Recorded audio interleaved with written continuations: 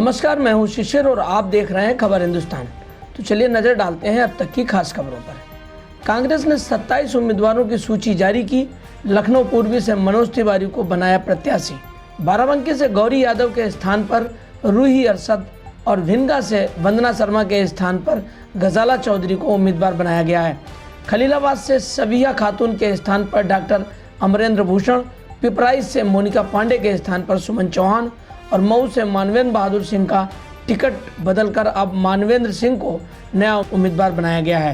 भाजपा को वोट नहीं देने की अपील कर सकता है संयुक्त किसान मोर्चा। संयुक्त किसान मोर्चा पश्चिम बंगाल की तर्ज पर उत्तर प्रदेश के चुनाव में भी भाजपा को वोट नहीं देने की अपील कर सकता है।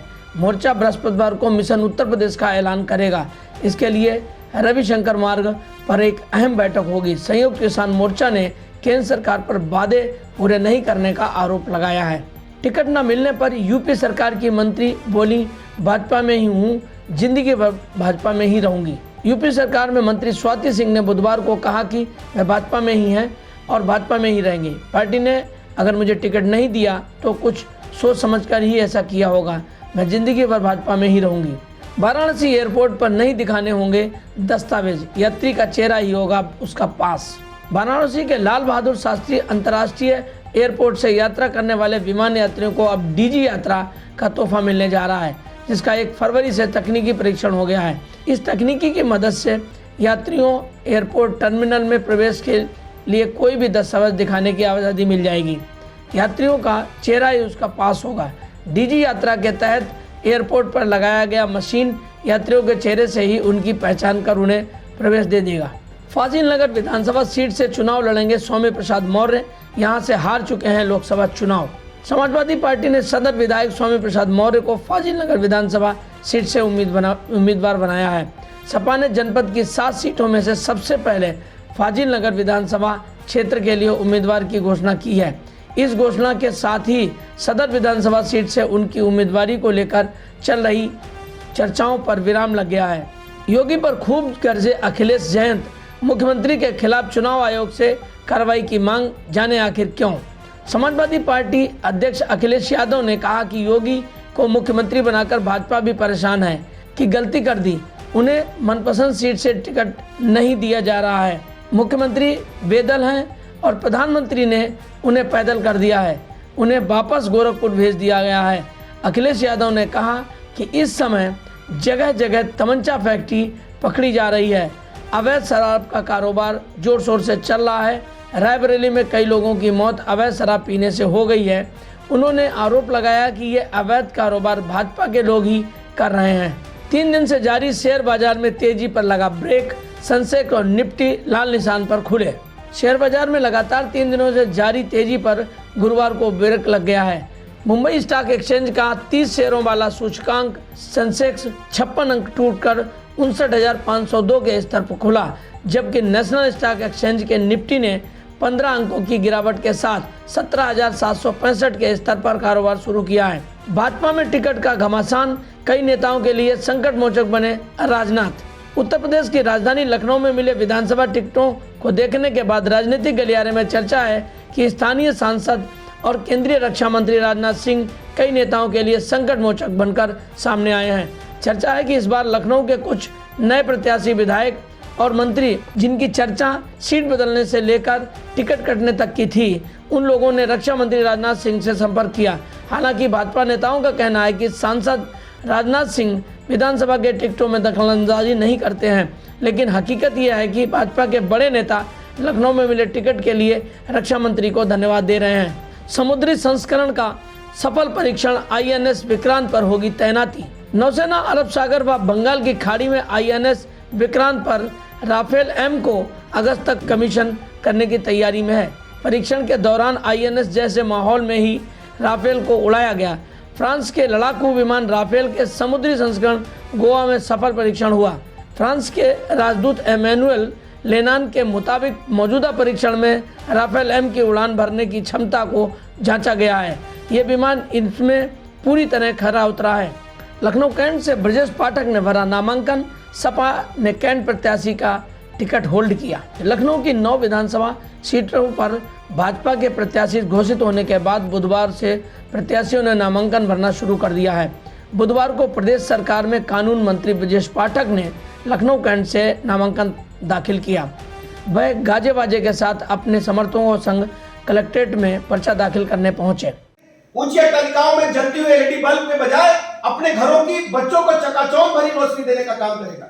कोई गरीब बीमारी में दुखी नहीं होगा, उसको 5 लाख तक का निःशुल्क इलाज देंगे। और उन्हीं लोगों को प्रमोट करने के लिए, भाईचारा बनाने के लिए गए थे, भाईचारे की बात कर रहे थे। 9 दशक का एक वीडियो जो मैंने सुना है कि हिंदुओं से चुन चुन कर बदला लेंगे। मित्रों, बहुत ही दुखद है। देश की आजादी के बाद भारतीय संविधान को बने जब हम चुनाव लड़ते समय, चुनाव जीतने के बाद जब शपथ लेते हैं तो भारत की संविधान की लेते हैं। चुन चुन कर बदला लेने के लिए हम शपथ नहीं लेते।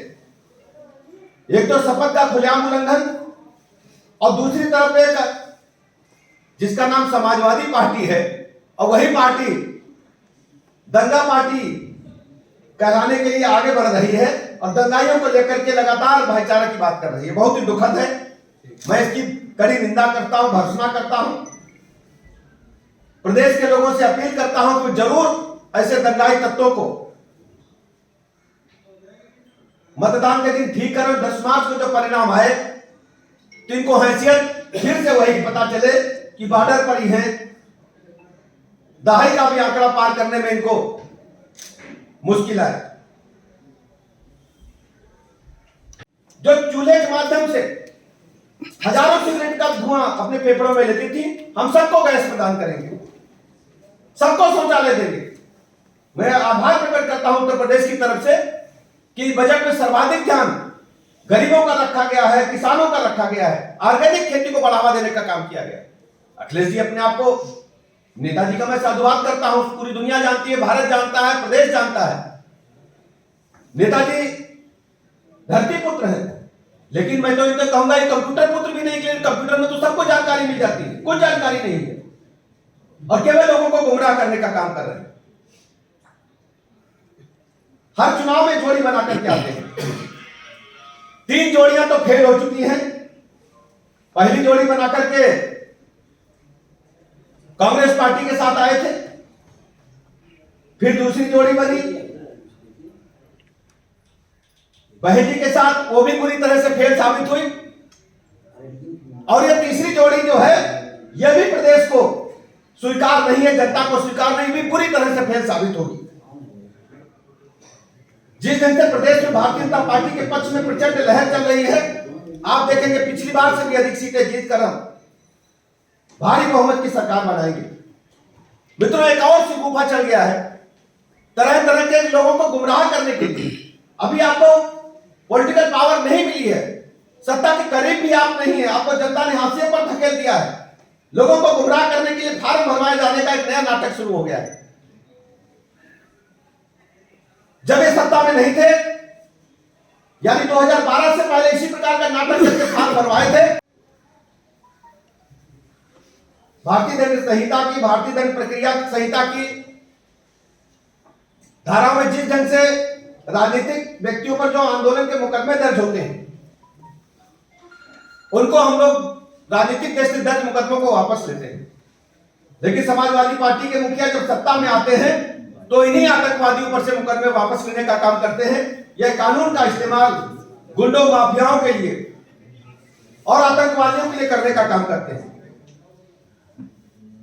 और उत्तर प्रदेश की जनता अच्छी तरह समझती है, जनता इन दंगाइयों और बलवाइयों को कभी भी वापसी नहीं होने देगी।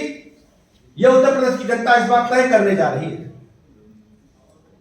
बहुत दिनों से मैं सुनता था कि समाजवादी पार्टी के मुखिया ऑस्ट्रेलिया से पढ़कर के आए हैं, इंजीनियरिंग की डिग्री के लेकर के आए हैं, लेकिन जिस ढंग से बजट पर उनकी प्रतिक्रिया आई है वो हतप्रभ करने वाली है।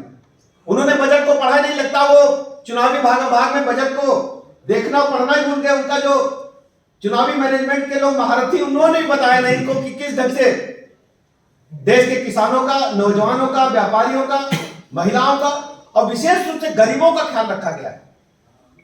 बड़ी संख्या में निःशुल्क मकान बनाए जा रहे हैं।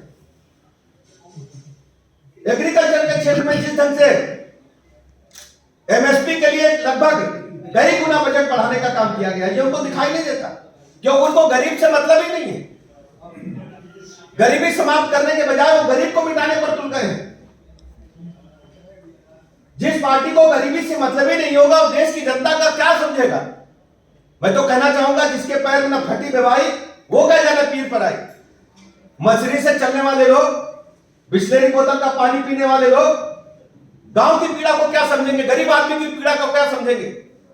मैं साधुवाद देना चाहता हूं, आभार व्यक्त करना चाहता हूं आदरणीय प्रधानमंत्री जी का, जिन्होंने तय किया कि हिंदुस्तान में और उत्तर प्रदेश में कोई गरीब बगैर पक्के मकान के नहीं रहेगा। तो ये थी अब तक की खबरें। अगला अपडेट पाने के लिए बने रहिए मेरे साथ और देखते रहिए खबर हिंदुस्तान। नमस्कार।